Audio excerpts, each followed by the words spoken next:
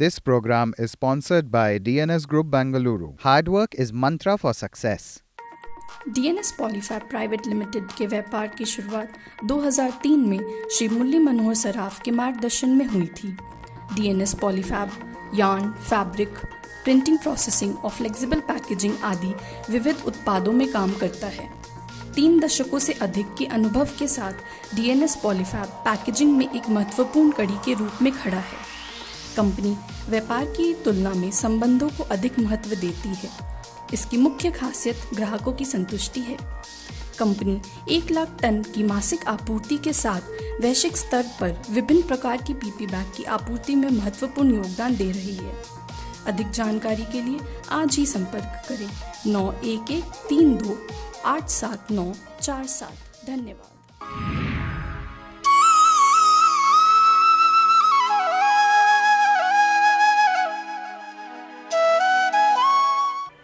जय श्री कृष्णा। हमारे हनुमान।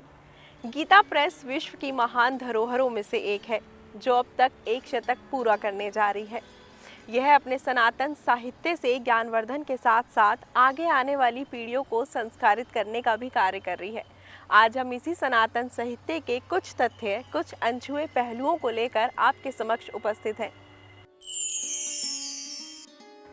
तो दर्शकों, मैं रश्मि मेनन आप सभी का बहुत बहुत स्वागत करती हूं और अब ले चलती हूं आप सभी को महाकाल की नगरी उज्जैन, जहां से शांतम से सीधे पंडित विजय शंकर मेहता जी आपका और हमारा अपनी ओजस्वी वाणी में ज्ञानवर्धन करेंगे और हमें अवगत कराएंगे हमारे इस साहित्य ज्ञान गंगा से। हमारे हनुमान। जय श्री कृष्णा। पवन तनय तुम एक आधारा,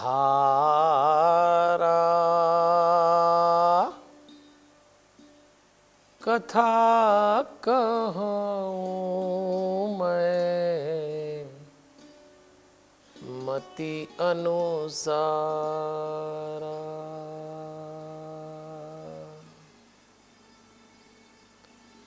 वक्रतुंड महाकाय सूर्यकोटि समप्रभ निर्विघ्नं कुरु मे देव शुभकार्येषु शुभ सर्वदा। गुरुर्ब्रह्मा गुरुर्विष्णु गुरुर्देव महेश्वर गुरुर्साक्षात् परब्रह्म तस्मै श्री गुरवे नमः। परम पिता परमेश्वर की बड़ी अनुग्रह भरी दृष्टि है और भगवान की असीम अनुकंपा है कि हम लोग गीता प्रेस के सनातन साहित्य महाकुंभ की इस व्याख्यान श्रृंखला में आज गीता और महाभारत विषय में प्रवेश करने के लिए एकत्रित हुए हैं। मैं बोल रहा हूँ विश्व के पहले हनुमान चालीसा के ध्यान केंद्र शांतम से। देवियों और सज्जनों, इस प्रांगण में उपस्थित परमात्मा के प्रत्येक स्वरूप को सादर नमन करते हुए देवलोकवासी स्वामी सत्यमित्रानंद गिरी जी, स्वामी नारायण देव तीर्थ जी, माँ प्रेमा पांडुरंग जी का पुण्य स्मरण करते हुए जूना पीठाधीश्वर आचार्य महामंडलेश्वर स्वामी अवधेशानंद गिरी जी को वंदन करते हुए श्री रविशंकर महाराज रावतपुरा सरकार को नमन, परमधाम पधारे हुए पूज्य पिताजी वल्लभदास जी को वंदन और आप सबके भीतर बैठे हुए दिव्यात्मा को सादर प्रणाम करते हुए चलिए उस स्मरण के साथ प्रवेश करेंगे कि हमने इस विशाल साहित्य को, जिसको गीता प्रेस ने प्रकाशित किया है, 100 वर्ष अगले साल पूरे होंगे, ये अभियान चल रहा है।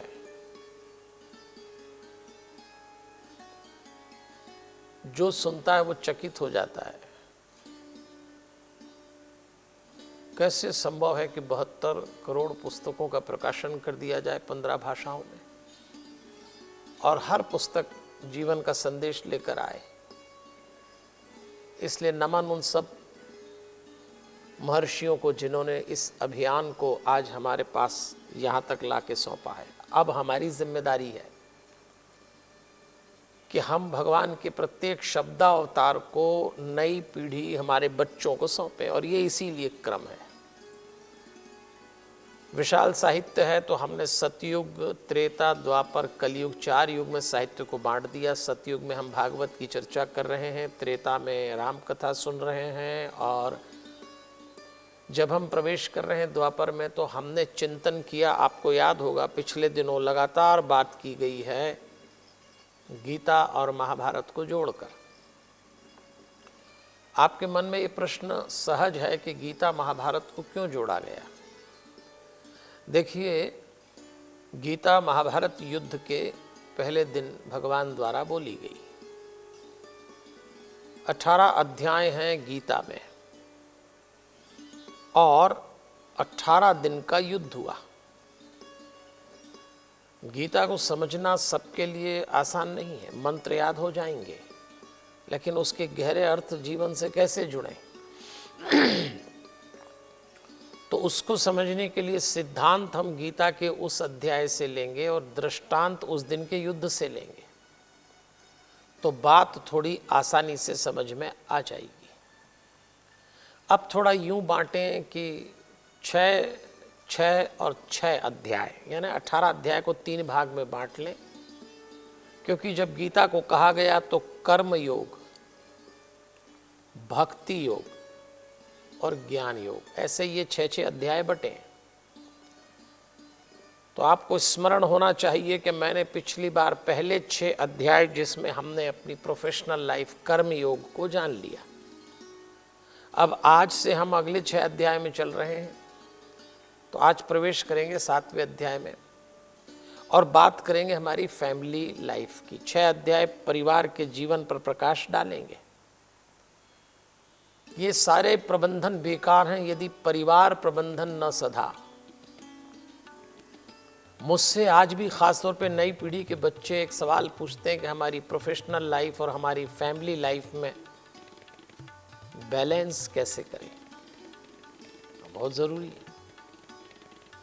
जिस परिवार के लिए हम ये सब करते हैं, वही परिवार हमारी मुट्ठी से फिसल जाता है। मैंने ऐसे अनेक लोग देखे हैं जो अपनी प्रोफेशनल लाइफ में टॉप पे पहुंच गए, कामयाब हो गए, रोल मॉडल हो गए, लेकिन उनकी फैमिली लाइफ डिस्टर्ब हो गई। फिर वो हस्बैंड वाइफ की रिलेशनशिप हो, माता पिता बच्चों की है, सब गड़बड़ चल रहा है। तो अब जो हम गीता के 6 अध्याय सुनेंगे और महाभारत के उन्हीं 6 दिन के युद्ध सुनेंगे, आप अपने हिस्से का आसमान लेते चलिएगा। थोड़ा बात समझना आसान हो जाएगी। तो चलिए पहले तो अपनी फैमिली लाइफ में थोड़ा सा समझें। तो पहले हम बात करेंगे स्वयं की,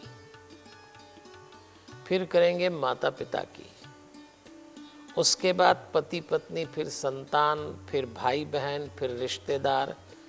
ये 6 में आज के 6 अध्याय समेट लेंगे और 6 दिन का युद्ध भी। जैसे आज शुरू करेंगे 7वें अध्याय की, तो ठीक उसके बाद बात करेंगे 7वें दिन के युद्ध की, और आपको बात समझ में आएगी। तो शुरुआत कर रहे हैं फैमिली लाइफ में। सबसे पहले स्वयं को जाने, आप कौन हैं। स्वयं को जानने का ये अर्थ नहीं है कि आप अपना नाम बता दें, आप इनके बेटे हैं, इनके पति हैं, इनकी पत्नी है, इनके भाई हैं, इनकी बहन है, यही नहीं है। इसकी तो चर्चा आगे कर रहे हैं। आप एक आत्मा हैं और अभी इस शरीर में हैं, और यदि आपने स्वयं को नहीं जाना तो आप अपने परिवार में सारे रिश्ते शरीर से निभाएंगे, और जब आप केवल शरीर पे टिक के रिश्ते निभाते हैं तो तनाव, दबाव, बेचैनी, कलह ये सब होगा। किसी परिवार को बचाना है और उसमें प्रेम उतारना है तो सदस्य को शरीर से आगे बढ़ के अपनी आत्मा तक जाना चाहिए। और जब आप आत्मा पे जाते हैं तो स्वतः आपके शरीर से पॉजिटिव एनर्जी निकलती है। जब आप आत्मा पे जाते हैं तब आप जानते हैं कि आप स्वयं कौन हैं, आप एक आत्मा हैं। इस विषय पर मैं अन्य एपिसोड्स में बोलता रहा हूँ। तो आपको याद होगा कि पिछली बार जब हमने चर्चा की थी तो अर्जुन के मोह और भ्रम से उत्पन्न स्थिति के निराकरण के लिए भगवान कृष्ण ने अर्जुन को गीता सुनाई। उसमें एक स्थित प्रज्ञ नाम का पात्र आया था दूसरे अध्याय में। फिर भगवान ने निष्काम कर्मयोग की व्याख्या की, फिर भगवान ने संन्यास और कर्म योग की बातचीत की। फिर भगवान ने एक बात बोली थी कि योगी ही सुख और शांति को उपलब्ध हो सकता है। और फिर भगवान ने मन के लिए कहा था कि सफल व्यक्ति को अपना मन नियंत्रित रखना चाहिए और उसके लिए मेडिटेशन करना पड़ेगा। आपको याद है पिछली बार ये भी बात की थी कि धृतराष्ट्र ने जो संजय उनको पूरे महाभारत के दृश्य सुना रहा था तो उसने पूछा था, क्यों मेरे बेटे हारते हैं, क्यों पांडव जीतते हैं, भगवान कैसे इनके साथ है, कौन सी शक्ति इनके पीछे खड़ी है। ये सारे सवालों के उत्तर हम ले चुके हैं। तो चलिए अब हमारा प्रवेश हो रहा है 7वें अध्याय में और हम जानने का प्रयास कर रहे हैं अपने पारिवारिक जीवन में स्वयं को। 7वें अध्याय को ज्ञान विज्ञान योग कहा है। शब्द बड़ा प्यारा है, ज्ञान विज्ञान योग, यानी शांति सहित तत्व ज्ञान। भगवान कृष्ण अर्जुन से कहते हैं, मैं तुझे अब कुछ तत्व ज्ञान की बात बताऊंगा, कुछ ऐसा बताऊंगा कि जिसको जानने के बाद कुछ भी जानना शेष नहीं रहता। और इसीलिए भगवान गीता के दूसरे इस 7वें अध्याय के दूसरे श्लोक में कहते हैं, यत ज्ञात्वा न इह भूयः अन्यत ज्ञातव्यम अविशिष्यते। कुछ शेष नहीं रहता यदि इतना जान लो तो। अब इस गहरी बात से हम 7वें अध्याय में चल रहे हैं। भगवान अर्जुन से कहते हैं, अर्जुन सब में मैं हूं, निर्गुण निराकार सगुण साकार ये सब तो तुम बना लेते हो, मैं तो त्रिगुण से परे हूं। यहां इस अध्याय में भगवान की सर्वव्यापकता,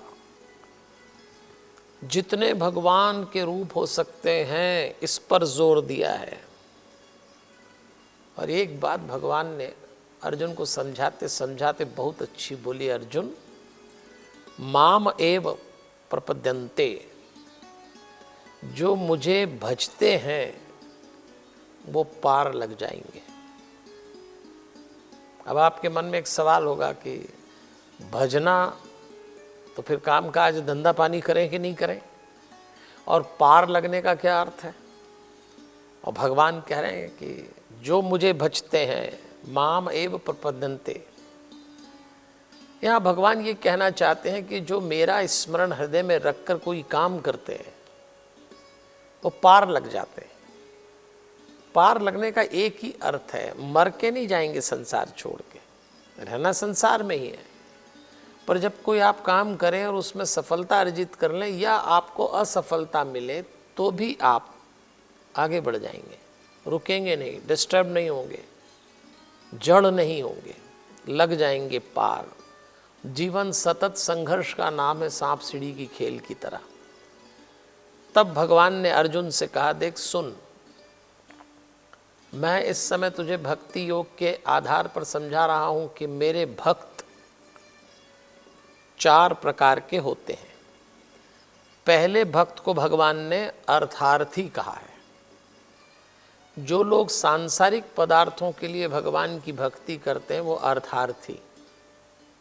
हम में से अधिकांश लोग भगवान को इसीलिए पूजते हैं, मंदिर इसलिए जाते हैं, कथाएं इसलिए सुनते हैं, ये मिल जाए वो मिल जाए, ये सब अर्थार्थी भक्त हैं और होना भी चाहिए, भगवान को आपत्ति नहीं इसमें। दूसरे भक्त होते हैं आर्त।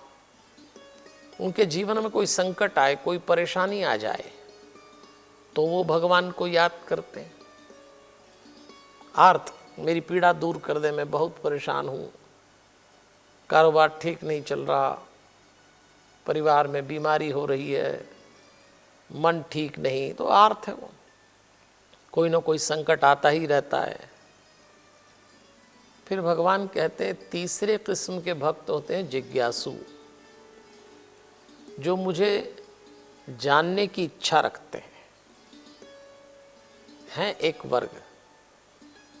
ये जो अभियान जो लोग कर रहे हैं ना, ये लोग कौन हैं? जिज्ञासु हैं, जानने की इच्छा रखते हैं और जाने हुए भगवान को सब में बांटना चाहते हैं।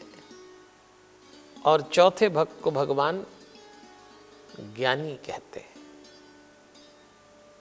इनलाइटेडनेड, जिसको अंग्रेजी में कहते हैं इनलाइटेडनेड डिवोटी। हिंदी की अच्छी भाषा में ऐसे लोगों को प्रबुद्ध वर्ग कहा जाता है।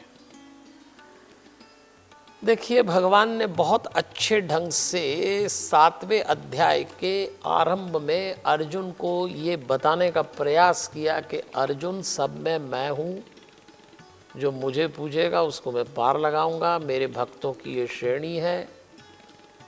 और जैसी भगवान ने ज्ञानी की, प्रबुद्ध की बात की, तो भगवान ने एक बात और बोल दी कि चल लगे लगे ये भी सुन ले कि अज्ञानी कौन होता है। जो मुझे जन्मने और मरने वाला समझता है वो अज्ञानी है। मेरा न जन्म होता है न मेरी मृत्यु, मैं हूं बस। हाँ, मुझे जब लीला करना होती तो मैं अवतार बन के आता हूं, पर अवतार मेरा प्रतिनिधि है। और फिर भगवान कहते हैं जो भगवान का आश्रय लेकर, जो मेरा आश्रय लेकर मुझे भजते हैं, मैं उन्हें मिलता हूं। मुझे ये दावा भगवान का बहुत अच्छा लगता है, ये आश्वासन है भगवान का। यदि आप उसे याद करेंगे, ऐसा कभी नहीं होगा कि वो आपके जीवन में ना आए। बहुत बड़ा आश्वासन है। और भगवान ने उनसे कहा, सुन, मुझे याद करने का जो सबसे अच्छा तरीका है, तू तेरी आत्मा पे चला जा। देवी और सज्जनों, बात थोड़ी गहरी आ रही है। और भगवान ने यहां एक शब्द बोला है, तू युक्त चेतस हो जा।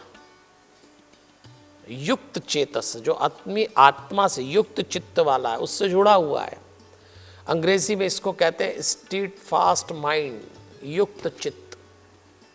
तो तू युक्त चेतस हो जा और फिर सबका आश्रय मुझको मानेगा, क्यों? आत्मा पे टिक चुका है। तो भगवान कुछ कैरेक्टर लेके आए हैं गीता में, स्थित प्रज्ञ लेके आए, गुणातीत लेकर आए, और अब एक नया कैरेक्टर लाए, युक्त चित्त। हमें और आपको तय करना है कि हम क्या हैं। स्थित प्रज्ञ, जिसकी बुद्धि स्थिर है, स्टेबल माइंड। गुणातीत, जो गुणों से भी पार हो गया, जो सतोगुण, रजोगुण, तमोगुण से पार हो जाए, वो गुणातीत। और अब भगवान कह रहे हैं युक्त चित्त हो जा, युक्त चेतस, जुड़ जा अपनी आत्मा से। मैं जो बात कह रहा हूँ आपको थोड़ी गहरी और कठिन लग रही है, पर थोड़ा धैर्य से सुनिए, क्योंकि अभी हम इसके दृश्यों में चलेंगे तो बात आसान हो जाएगी। तो भगवान ने यहाँ आके छोड़ा 7वां अध्याय, अर्जुन तू युक्त चेतस है, हो जा, मैं मिलूंगा वहीं, और जो मुझे भजेगा उसको मैं मिलता ही हूँ। भगवान आश्वासन दे रहे हैं। बात फैमिली लाइफ की चल रही है। हम लोग क्या होता है, अपनी फैमिली लाइफ में ऐसे उलझ जाते हैं, मैंने कहा ना, चूंकि रिश्ते शरीर के मानते हैं और भगवान कह रहे हैं आत्मा पे चले जा। भगवान ने ये बिल्कुल नहीं कहा कि तू आत्मा पे जा, तो शरीर छोड़ और शरीर के लिए जो रिश्ते बनाए परिवार में वो छोड़। भगवान ने ये नहीं कहा। भगवान ने कहा तू आत्मा पे जा और आत्मा पे से शरीर पे आता रहे, शरीर पे से आत्मा पे रोज योग कर। यही तो क्रिया है। मेडिटेशन क्यों करते हैं? मेडिटेशन में आप अपने शरीर से आत्मा तक जाते हैं। आत्मा पे गए कि परमात्मा की अनुभूति हुई, और फिर जो आप डील करते हैं, आप जो व्यवहार करते हैं, आप जो बातचीत करते हैं, आपका जो रहन सहन है अपने परिवार में बड़ा दिव्य हो जाता है। इतनी पॉजिटिव एनर्जी निकलती है उस परिवार के मेंबर्स में, आपस में, जो युक्त चित्त हैं, गुणातीत हैं, स्थित प्रज्ञ हैं। और अगर आप शरीर के रिश्ते निभाएंगे तो यही चलेगा। हमारे पहचान का एक आदमी मांगीलाल नाम का, उसका महात्मा जी के आना जाना था और महात्मा जी को गुरु मानता, और इतना आश्रम में जाता और आश्रम के सारे काम किया करता। प्रतिदिन सुबह पहुंच जाता, सारे काम निपटाता। वो महात्मा जी भी बहुत प्रसन्न थे कि मांगीलाल कितना नियमित है, और इतने काम करने लगा कि महात्मा जी ने मांगीलाल से कहा कि तू अगर किसी दिन ना आए तो बड़ा उपद्रव हो जाए यहाँ। फिर ऐसा हुआ कि 3 दिन एक बार मांगीलाल नहीं आया। वो महात्मा जी को लगा कहाँ गया भाई, तो ठीक है अब 3 दिन बाद आया तो महात्मा जी ने पूछा भाई क्या बात है, तू आश्रम के इतना काम का है, तू मेरे इतना काम का है और तू 3 दिन नहीं आया, क्या बात है? तो मांगीलाल ने कहा आप तो मुझे आशीर्वाद दीजिए। अच्छा, वो महात्मा जी बड़े मज़ेदार थे, आशीर्वाद बड़े विचित्र विचित्र देते थे। तो जैसे ही मांगीलाल ने कहा कि आप तो मुझे आशीर्वाद दीजिए, हाँ बोले वो तो दूंगा, पर तू 3 दिन आया क्यों नहीं? तो बोले क्या बताऊँ महाराज, आशीर्वाद दीजिए, मेरी सगाई हो गई। तो जैसे ही उसने कहा कि मेरी सगाई हो गई तो महात्मा जी ने आशीर्वाद दिया बेटा अब तुम हमारे काम के नहीं रहे। अरे मांगीलाल ने कहा ये कौन सा आशीर्वाद है, मेरी सगाई हुई तो मैं आपके काम का नहीं रहा। महात्मा जी ने कहा बताएंगे फिर। अभी सिलसिला चलता रहा। कुछ समय बाद वो 1 हफ्ते नहीं आया। महात्मा जी को फिर फिक्र हुई, और जब 1 हफ्ते बाद आया तो महात्मा जी ने पूछा अरे भाई कहाँ चले गए? बोले आप तो आशीर्वाद दो। महात्मा जी ने कहा क्यों, क्या हुआ? बोले मेरी शादी हो गई।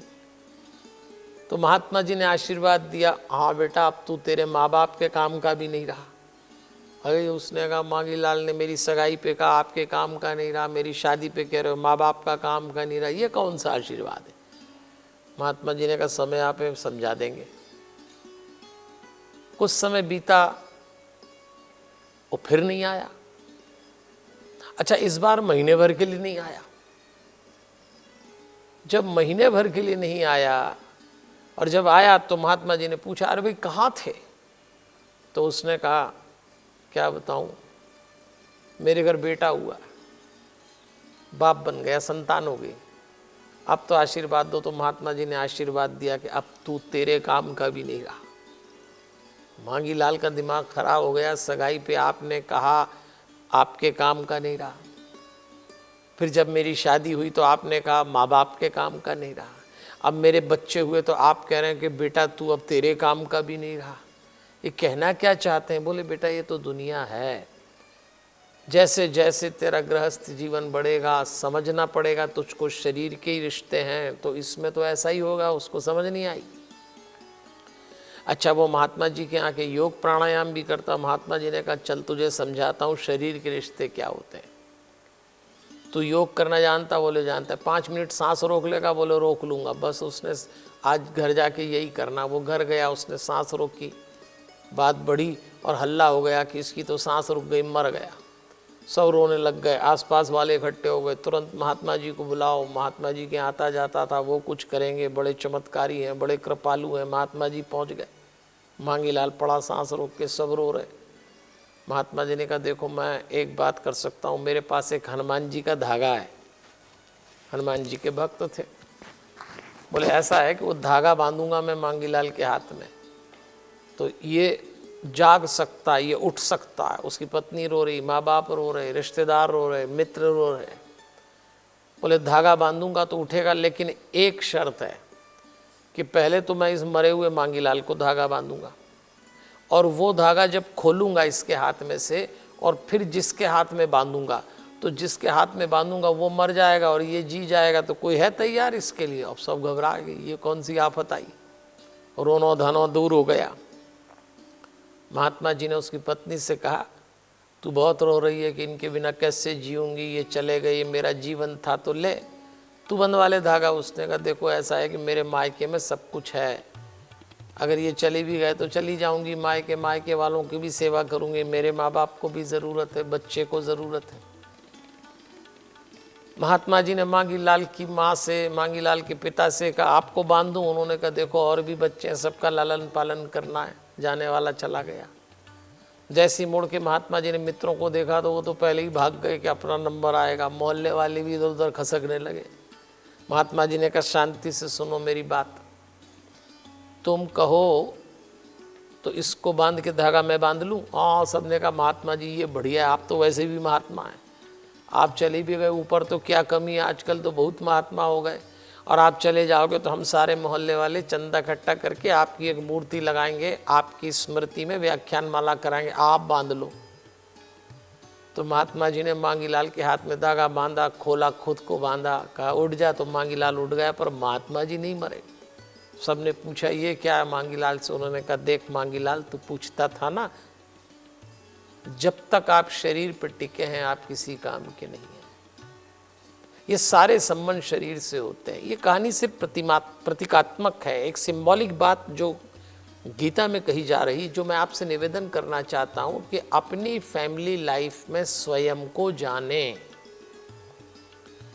पहचाने खुद को। आप कौन हैं? आप एक आत्मा हैं, अभी शरीर में है, और ये शरीर इस परिवार में। ये मैच्योरिटी आते ही आपके शरीर से पॉजिटिव वाइब्रेशन निकलेंगे। आप अपने ही घर में इतने प्रेम और शांति से रहेंगे, बल्कि दूसरे लोगों को भी शांति बांट सकेंगे।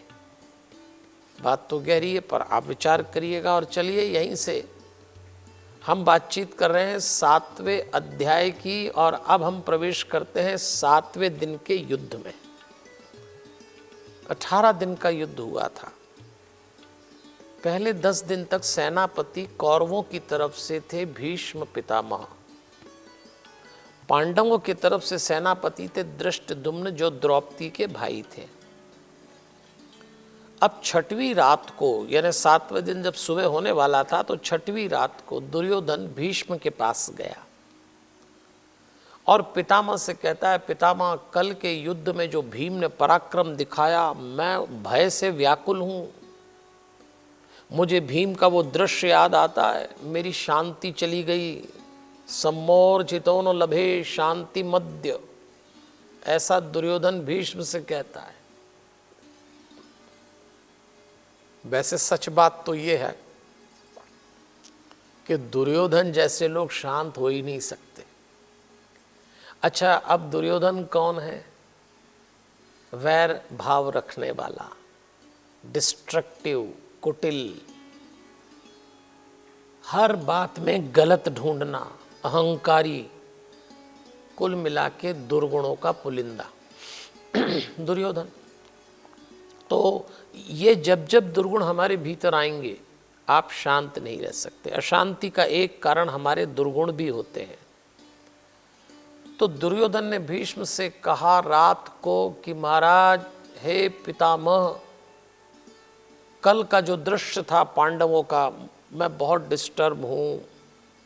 क्यों होता है ऐसा? आप हमारे पक्ष में हैं, गुरु द्रोणाचार्य पक्ष में हैं, फिर क्यों वो विजयी होते हैं, क्यों हावी हो जाते हैं? तो भगवान कहते हैं, दुर्योधन, वासुदेव सहायश्च।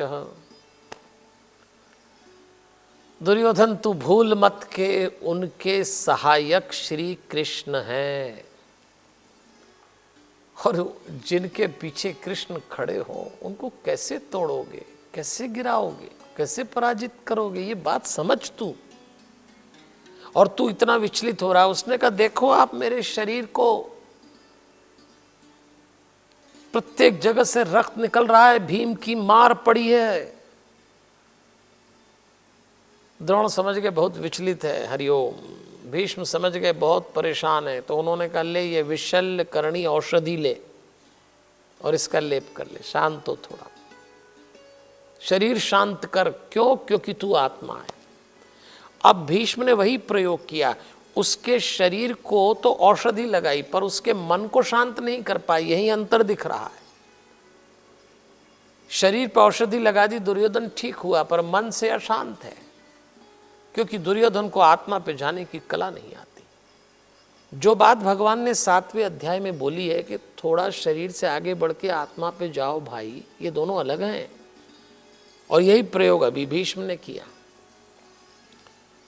फिर उतरे मैदान में, और जो 7वां दिन का युद्ध आया, एक बार फिर पांडवों ने ऐसा युद्ध किया, कौरव सेना में भगदड़ मच गई। पांडवों के सेनापति धृष्टद्युम्न के सामने दुर्योधन पराजित हो गया। एक समय तो ऐसा आया कि बस अब दुर्योधन गिरेगा, और राजा गिरा के युद्ध जीत गए। पांडवों को भी लगा हम जीते, लेकिन उसी समय शकुनी आया और दुर्योधन को बचा के ले गया। अब जरा इसकी प्रतीकात्मक चर्चा करें तो दुर्गुण को हम पराजित करते हैं, दुर्योधन रूपी एकदम हरा देते हैं, और ऐसा लगता है सद्गुण जीत गए, और उसी समय शकुनी आ जाता है।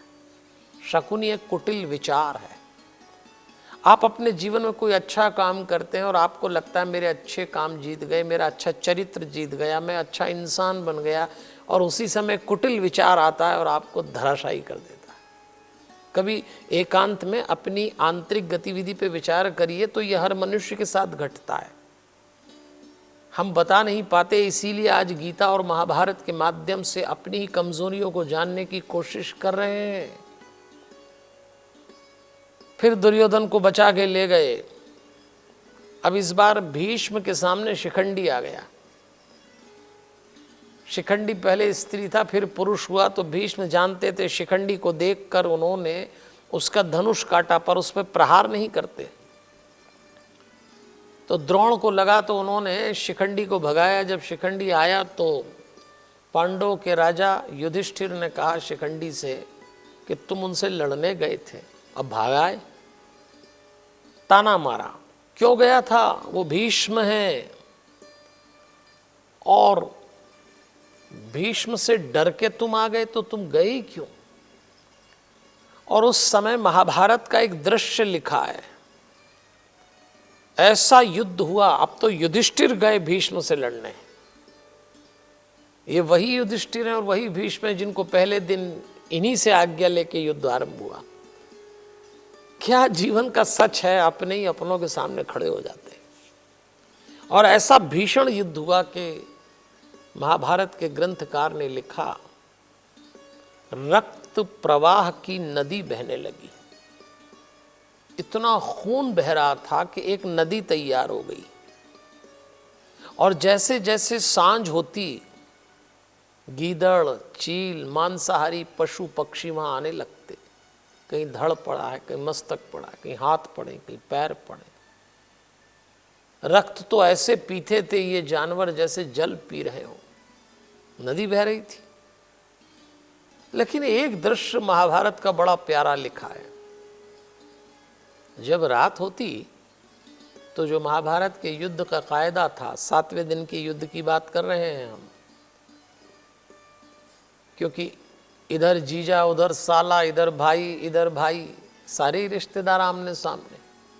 तो नियम ये था कि जब युद्ध का समापन हो रात को, तो अपनों से अपने आकर मिल सकते हैं।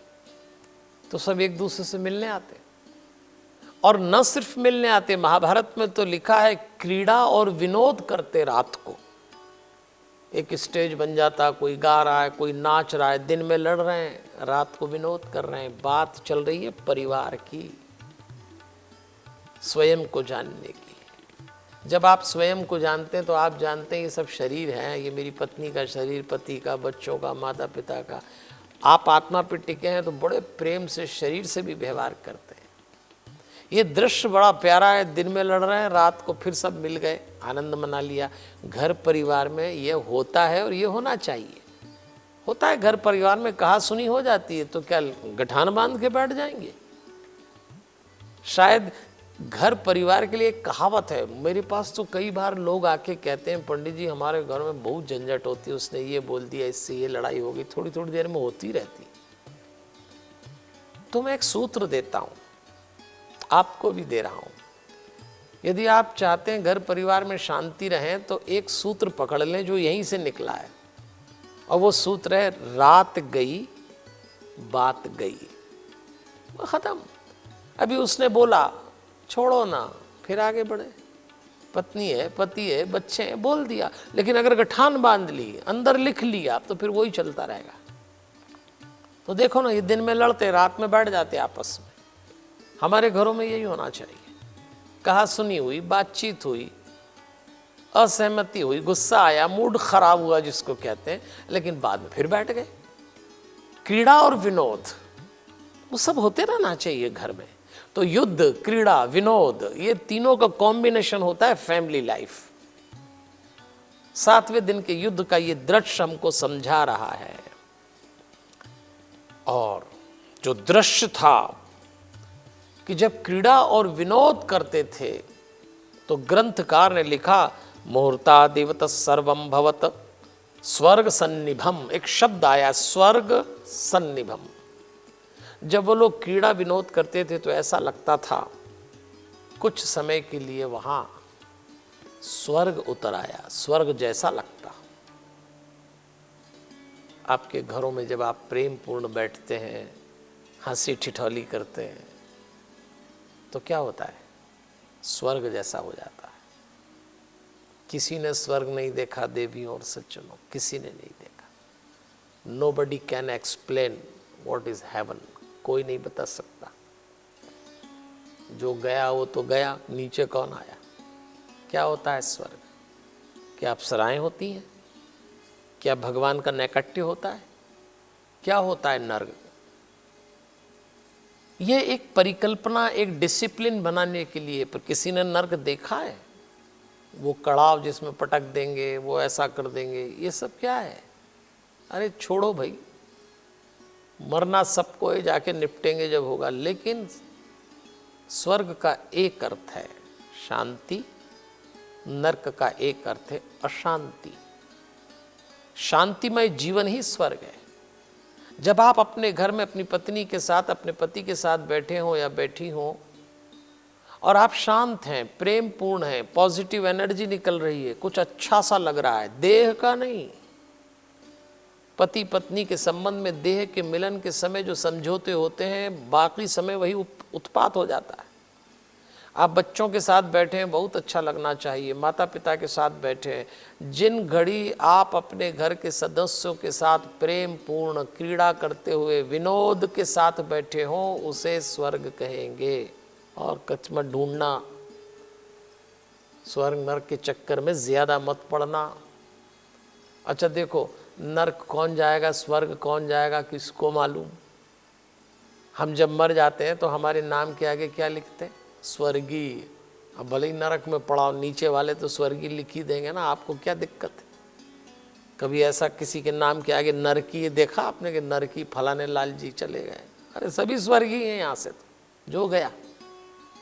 यहां क्या किया आपने? क्या यहां जीते जी आप अपने जीवन में स्वर्ग अर्जित कर पाए? ये सोचने वाली बात है। तो हमने 7वें अध्याय में भगवान ने जब ये कहा कि हमें जान, जो मुझे भजेगा मैं मिलूंगा, युक्त चित्त हो जा। और यहीं से हमने 7वें दिन के युद्ध की घटनाएं भी देख ली कि कैसे महाभारत में मिल जाते थे सब लोग रात को। ये एक मैसेज लिया। बात फैमिली लाइफ की चल रही है। और अब हम यहीं से प्रवेश करते हैं 8वें अध्याय में। और आपको मैं याद दिलाऊं, अभी मैंने आपको कहा था कि हम अपनी फैमिली लाइफ को 6 भाग में बांटें, क्योंकि 6 अध्याय में चर्चा करेंगे। तो हमने 7वें अध्याय को जोड़ा था स्वयं को जानने में। अब 8वें अध्याय में प्रवेश कर रहे हैं। तो हमारा फैमिली लाइफ का दूसरा सूत्र है स्वयं के बाद माता पिता, फिर पति पत्नी, फिर संतान। ये सारा क्रम है। भाई बहन रिश्तेदार, ऐसा मैंने बताया था। तो चलिए, अब माता पिता परिवार के केंद्र में है। माता पिता नाम की संस्था नहीं तो भारत के परिवारों को बचाया है। सचमुच जिन परिवारों से माता पिता नाम की संस्था दम तोड़ती है, उन परिवारों को बचाना मुश्किल हो जाता है। और ये खतरा भारत के परिवारों में मंडरा रहा है। तो भगवान अर्जुन को समझाते समझाते 8वें अध्याय में ले चलते हैं, और 8वें अध्याय का नाम है अक्षर ब्रह्म योग। अक्षर ब्रह्म योग। अब यहां एक अक्षर आने वाला है, वर्ड जिसको कहते हैं, शब्द। बड़ा प्यारा नाम है अक्षर, जिसका क्षरण नहीं होता। भगवान अर्जुन को मैच्योर कर रहे हैं। 7 अध्याय सुना चुके हैं वो। भगवान मानते हैं अब ये थोड़ा मैच्योरिटी की तरफ चल पड़ा है। 7 प्रश्न अर्जुन ने पूछ लिए भगवान से। तो भगवान ने एक बात बोली, अर्जुन अंत समय में मेरा स्मरण कर, निरंतर मेरा स्मरण कर, और ये दोनों काम करते समय स्वकर्तव्य कर। यहां से शुरू होता है 8वां अध्याय। अब जरा उल्टे चलते हैं। पहले भगवान ने क्या कहा? अंत समय में मेरा स्मरण, फिर उन्होंने कहा निरंतर स्मरण, और फिर उन्होंने कहा स्वकर्तव्य। अब इसको उल्टा पकड़ें कि भगवान कह रहे हैं स्वकर्तव्य करो। नौकरी करते हो, व्यापारी हो, डॉक्टर हो, इंजीनियर हो, स्टूडेंट हो, राजनेता हो या गृहिणी हो, जो आपका कर्तव्य है वो करते रहना है, वो नहीं छोड़ना। यही गीता की सबसे प्यारी बात है। गीता बार बार बीच में ये कहती चलती है, कुछ लोगों को गलत फहमी है, छोड़ना कुछ भी नहीं है भाई। जो कर रहे हो जम के करो, धन कमाओ, नाम कमाओ, पद प्रतिष्ठा सब अर्जित करो, लेकिन निरंतर मेरा स्मरण भी करो। गड़बड़ यही हो जाती, भूल जाते हैं और अर्जित कर लेते हैं, फिर ये सब ज्वालामुखी का ढेर हो जाता है।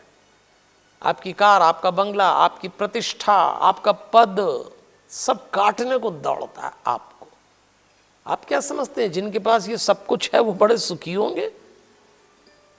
हाँ, वो जरूर सुखी होंगे। निरंतर स्मरण।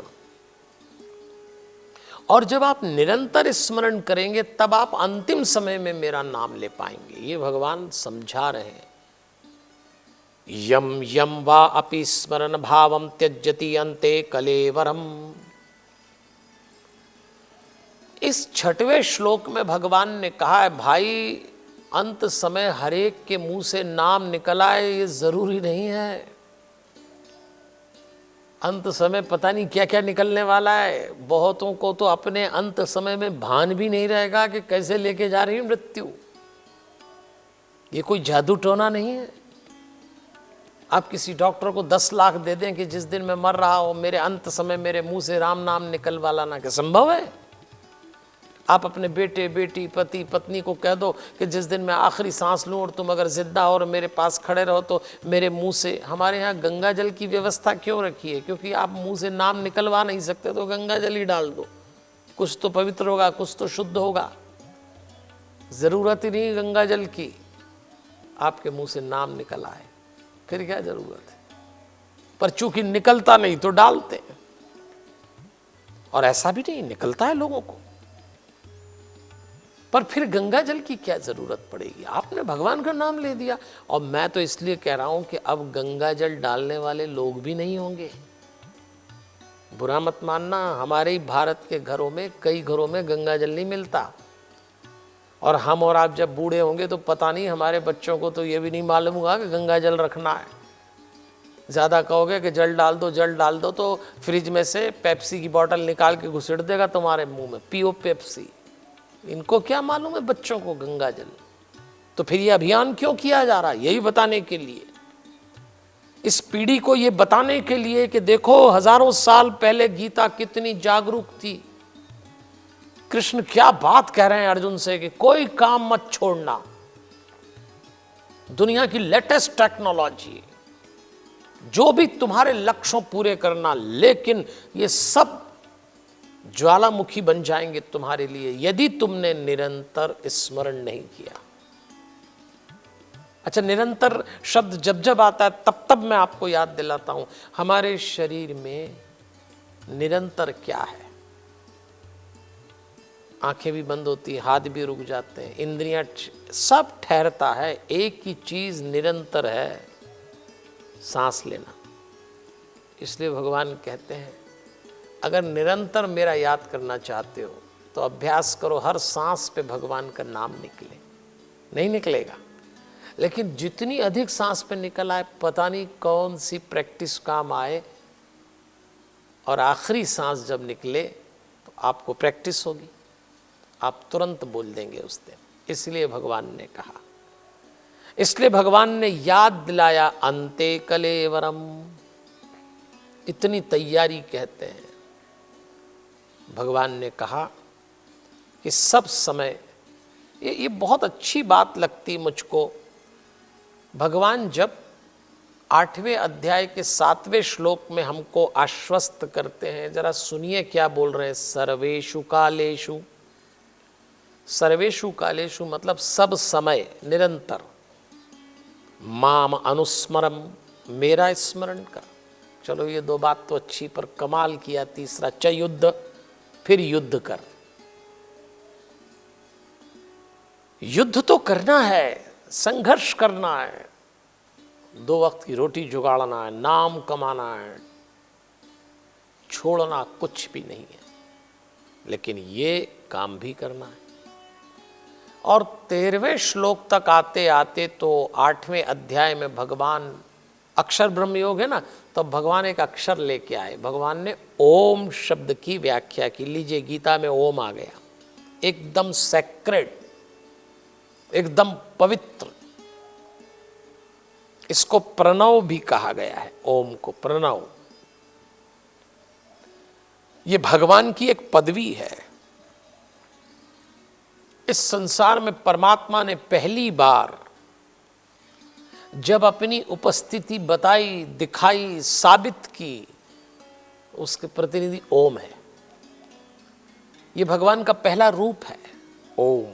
आप जब ओम बोलते हैं ना, तो ओम की जो साउंड है वो साउंड ऑफ डूइंग नहीं है, साउंड ऑफ बीइंग है। आप ओम को बोलिए तो आपकी अनुभूति बदलने लगती है। Ever new appellation of God is Om. हमेशा आप ओम बोलिए तो भगवान आपके भीतर रोम रोम में उतरेगा। तो उन्होंने कहा कि अक्षर ब्रह्म का उच्चारण किया करो अर्जुन। अगर आत्मा तक जाना चाहते हो, मेरा सतत स्मरण करना चाहते हो, तो आप भी अनुभूति कर सकते हैं। जब कभी आप 2 मिनट के लिए भी खाली हो, मैं कहता हूं आप ऑफिस में बैठे हैं, दुकान पे बैठे हैं, ग्राहक चल रहे हैं, काम चल रहा है, कागज चल रहे हैं, कंप्यूटर चल रहा है, खूब काम करो तो डूब जाओ। लेकिन जैसे ही रुकें, और मान लीजिए मैं कहता हूँ पानी पीने के लिए रुकें, और यदि आप 1 गिलास पानी पी रहे हो तो आपको कोई डिस्टर्ब नहीं करेगा कि भाई पानी पी रहे हैं। बस वो पानी पीते समय ओम का उच्चारण, ओम की ध्वनि धीरे धीरे गुंजाइए और उस जल को अंदर आने दीजिए। आप ये प्रयोग करके देखिए, अपने आप में मेडिटेशन है। आप दिन भर में 5-10 गिलास तो पानी पीते हो, इतने ही स्ट्रोक लगा लो ओम के। कई बार मुझे बच्चे लोग कहते हैं, यूथ मुझसे जुड़ा है, तो वो मुझसे कहते हैं पंडित जी भगवान का नाम निरंतर, अरे ऑफिस में जाने के बाद ऐसी मारा मारी मची है, आप अपने भगवान लेके आ गए, हमसे हमारी काम नहीं निपट रहे। हम कहते हैं कितने ही व्यस्त हो भैया, टॉयलेट तो उठ के जाओगे, कितने ही व्यस्त हो भैया, पानी तो पियोगे, 1-2 बार चाय करोगे, 1 बार ब्रेकफास्ट होगा, लंच लोगे। तो मेरा कहने का मतलब है लंच पे बातचीत मत करो, काम करते हो उठे हो, शांति से लंच ले लो, और उस समय एक एक विचार के साथ करो, एक एक विचार के साथ। ओम को आप जैसे ही उच्चारित करते हैं तो आप योग युक्त हो जाते हैं। अब भगवान एक और नाम ले आए, योग युक्त। देखिए फिर से भगवान ने, देखिए आपको मैंने याद दिला ना, पहले भगवान स्थित प्रज्ञ कैरेक्टर लाए, फिर भगवान गुणातीत कैरेक्टर पे बोले, फिर भगवान ने अभी पिछले अध्याय में भगवान ने युक्त चित्त एक कैरेक्टर लाए, और अब भगवान लेकर आए हैं और योग युक्त। तू योग युक्त हो जा, तो पूरी तरह से योग युक्त। हम क्या हैं? हम अपने माता पिता के मिलन की घटना हैं, योग युक्त है, कहीं ना कहीं युक्त हैं हम। तो तू योग युक्त, इसी को स्ट्रीट फास्ट कहते हैं। योग युक्त का अर्थ होता है निरंतर मेरी प्राप्ति का प्रयास करने वाले को मैं योग युक्त कहता हूं। तो यहां मैं आपसे निवेदन करूंगा कि 8वें अध्याय का समापन करते हैं, पर यहीं हम 8वें दिन के युद्ध में भी चलेंगे, और 8वें दिन के युद्ध में वही थ्योरी निकल के आएगी जो अभी आई है। तो मैं आपसे निवेदन करना चाहूँगा देवियों सज्जनों, मुझसे संक्षेप में 8वां दिन भी सुन लें। 8वां दिन आरंभ हुआ, युद्ध चल रहा है और भीष्म पराक्रम दिखा रहे हैं। और 8वें दिन तो भीष्म इतना हावी हुए पांडवों पे, एक बूढ़ा सब पे छा गया, पीछे हटना पड़ा। इसीलिए मैं कहता हूँ बात घर परिवार में माता पिता की चल रही। माता पिता बड़े बूढ़े होते हैं, ये अलग बात है कि चुपचाप खड़े रहते हैं। कभी कभी नई पीढ़ी के बच्चे मेरे पास आके कहते हैं कि पंडित जी, घर के बड़े बूढ़ों से हमारी नहीं बनती। कई महिलाएं जो बहू हैं वो कहती हैं सासू ने ये बोल दिया, सासू से अंडरस्टैंडिंग नहीं हो रही। कई बच्चे माता पिता की कंप्लेंट करते हैं। तो मैं एक बात कहता हूँ, बड़े निवेदन के साथ कहता हूँ, नई पीढ़ी से कहना चाहता हूँ कि आपके घर के बड़े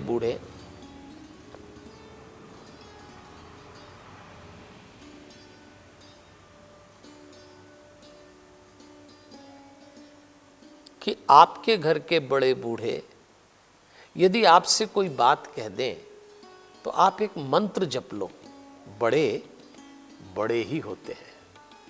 बोल दो आप, बड़े बड़े ही होते हैं। ये अलग बात है कि चुपचाप खड़े रहते हैं, पर जो लोग बड़े होते हैं वो बड़े ही रहते हैं। यही मैं अपनी बात समाप्त कर रहा हूं। जब हम अगली बार मिलेंगे तो हम 8वें दिन के युद्ध में चलेंगे। माता पिता नाम की संस्था को 8वें अध्याय 8वें दिन से जोड़ेंगे। मित्रों, ख़ासतौर पे नई पीढ़ी से कह रहा हूँ, गीता से जुड़िए। और गीता प्रेस ने जो गीता प्रकाशित की है, जो गीता पे व्याख्या की गई है, क्या कहने उसके। तो अभी मैं आपसे अनुमति ले रहा हूँ। मैंने जो विचार व्यक्त किए उसको जीवन में उतारने का प्रयास करिए, उद्देश्य भी यही है।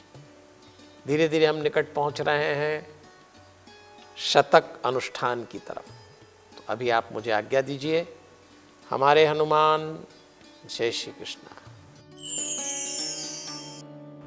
तो अभी आप शांतम से पंडित विजय शंकर मेहता जी के द्वारा प्रस्तुत ज्ञान गंगा में गोते लगा रहे थे। और जैसा कि आप सभी जानते हैं कि हर सप्ताह एक क्विज के द्वारा आपके ज्ञान को भी न केवल परखा जाता है, बल्कि इसको निखारने का भी प्रयत्न किया जाता है। और हमारा ज्ञान रथ ऐप इसमें पूर्ण रूप से सहायक है। पिछले सप्ताह का प्रश्न था किन 2 हाथों से पत्थर नहीं डूबते थे। सही जवाब नल नील।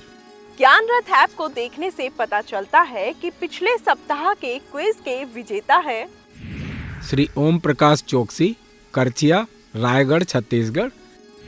श्री कृष्णकांत लखानी, बंगलुरु, कर्नाटका। श्री कुंवर यतेंद्र कुमार तोमर, हाथरस, उत्तर प्रदेश। आप सभी को शुभकामनाओं के साथ बताते चले कि आपको आपका पुरस्कार जल्द ही मिल जाएगा। इस सप्ताह का प्रश्न है माता पार्वती किसकी पुत्री थी? विंध्याचल, हिमालय, महेंद्र या मलय? आपके उत्तर देने की आखिरी तारीख। अब समय की कमी को देखते हुए आपको बताते चले कि आप सभी अपने अपने उत्तर ज्ञान रथ ऐप पर भेज सकते हैं। जिसकी जानकारी तथा पुरस्कारों की जानकारी नीचे दी जा रही है। इस सप्ताह बस इतना ही। अगले सप्ताह फिर से आप और हम मिलकर ज्ञान, ध्यान, धर्म की इस पावन गंगा में गोते लगाएंगे और शिक्षा, स्वास्थ्य, संस्कार के साथ साथ राष्ट्रवाद के नारे को भी बुलंद करेंगे। जय श्री राम, जय श्री कृष्णा, हमारे हनुमान। जय हिंद।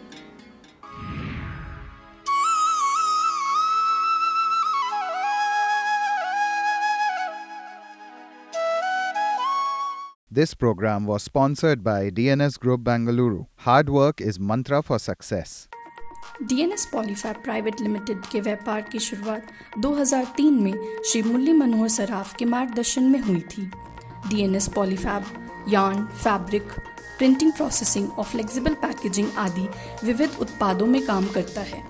3 दशकों से अधिक के अनुभव के साथ DNS पॉलीफैब पैकेजिंग में एक महत्वपूर्ण कड़ी के रूप में खड़ा है। कंपनी व्यापार की तुलना में संबंधों को अधिक महत्व देती है। इसकी मुख्य खासियत ग्राहकों की संतुष्टि है। कंपनी 1 लाख टन की मासिक आपूर्ति के साथ वैश्विक स्तर पर विभिन्न प्रकार की पीपी बैग की आपूर्ति में महत्वपूर्ण योगदान दे रही है। अधिक जानकारी के लिए आज ही संपर्क करें 9132 87947। धन्यवाद।